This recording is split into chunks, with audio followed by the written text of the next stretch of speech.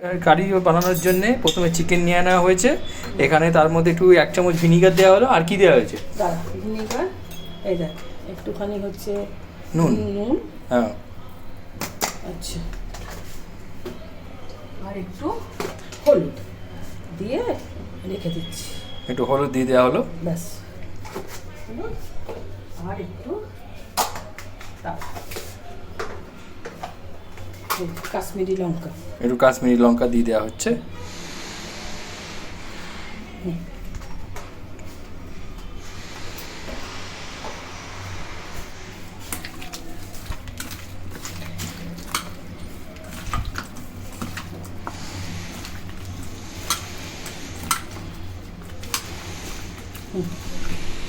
এবার কড়াইতে তেল দেওয়া হচ্ছে। এই দেখুন, একটু তেল দেওয়া হলো। আমরা ফরচুন তেল ইউজ করি। ফরচুনের তেল দিয়ে ঢেলে দেওয়া হলো।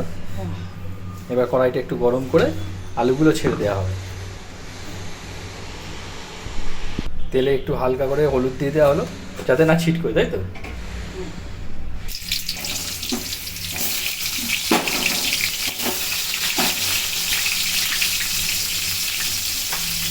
আলুগুলো দিয়ে দেওয়া হলো ভেজে নেওয়ার জন্যে।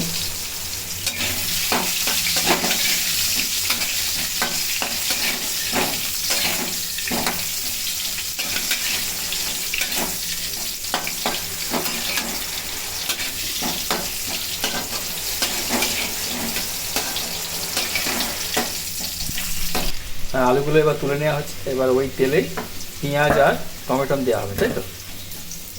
আলুগুলো তুলে নেওয়া হচ্ছে।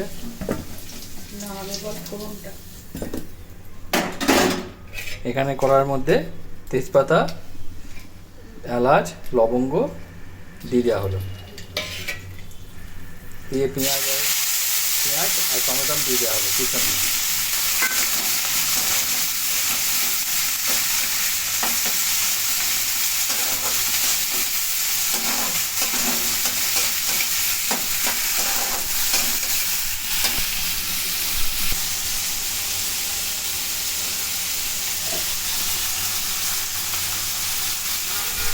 হয় মাংসতে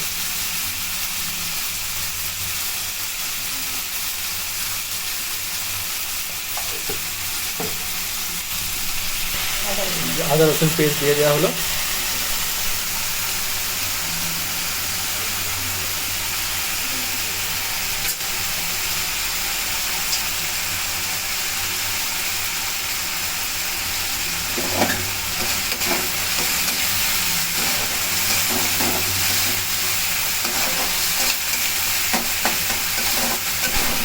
বন্ধুরা, এটা এখানে ভালো করে একটু কষে নেওয়া হচ্ছে যাতে কাঁচা গন্ধটা না থাকে। সেই জন্যই হচ্ছে জিঞ্জার গার্লিক পেস্ট ভালো করে মিশিয়ে ভালো করে মিশিয়ে নেওয়া হলো। এবার এখানে কি দেওয়া হচ্ছে এটা বলে দাও? পেঁয়াজ বাটা, কাঁচা লঙ্কা বাটা। পেঁয়াজ বাটা, কাঁচা লঙ্কা বাটা।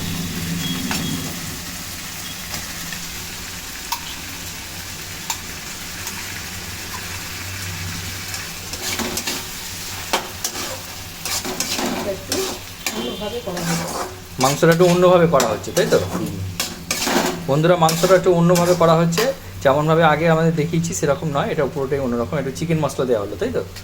আর তাহলে চিকেন মশলা দিয়ে দেওয়া হলো।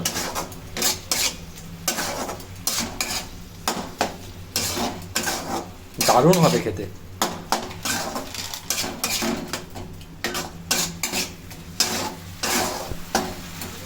এবার এতে কাশ্মীরি মির্চ দেওয়া হলো।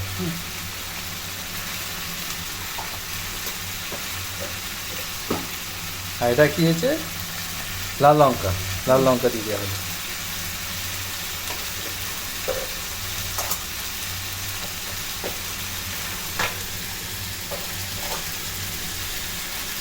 এটা কি? জিরে গুঁড়ো একটু দেওয়া হচ্ছে।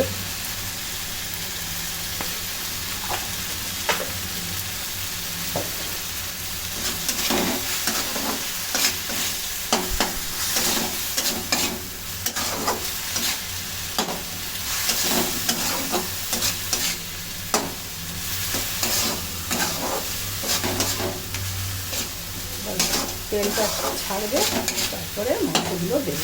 হ্যাঁ, তেলটা ছাড়লে, যখন তেলটা ছেড়ে যাবে তখন এই মাংসগুলো এখানে রাখা আছে, এই মাংসগুলো দিয়ে দেবো।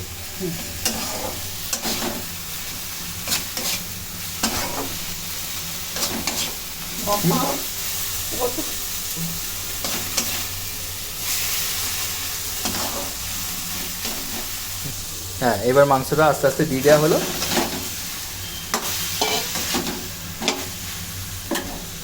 আলুগুলোও দিয়ে দেওয়া হচ্ছে।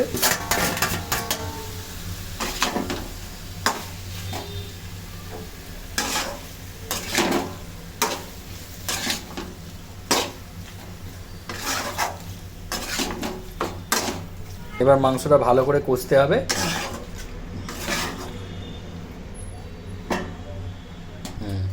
চাপা দিয়ে দেওয়া হবে, তাই তো? চাপা দিয়ে দেওয়া হলো।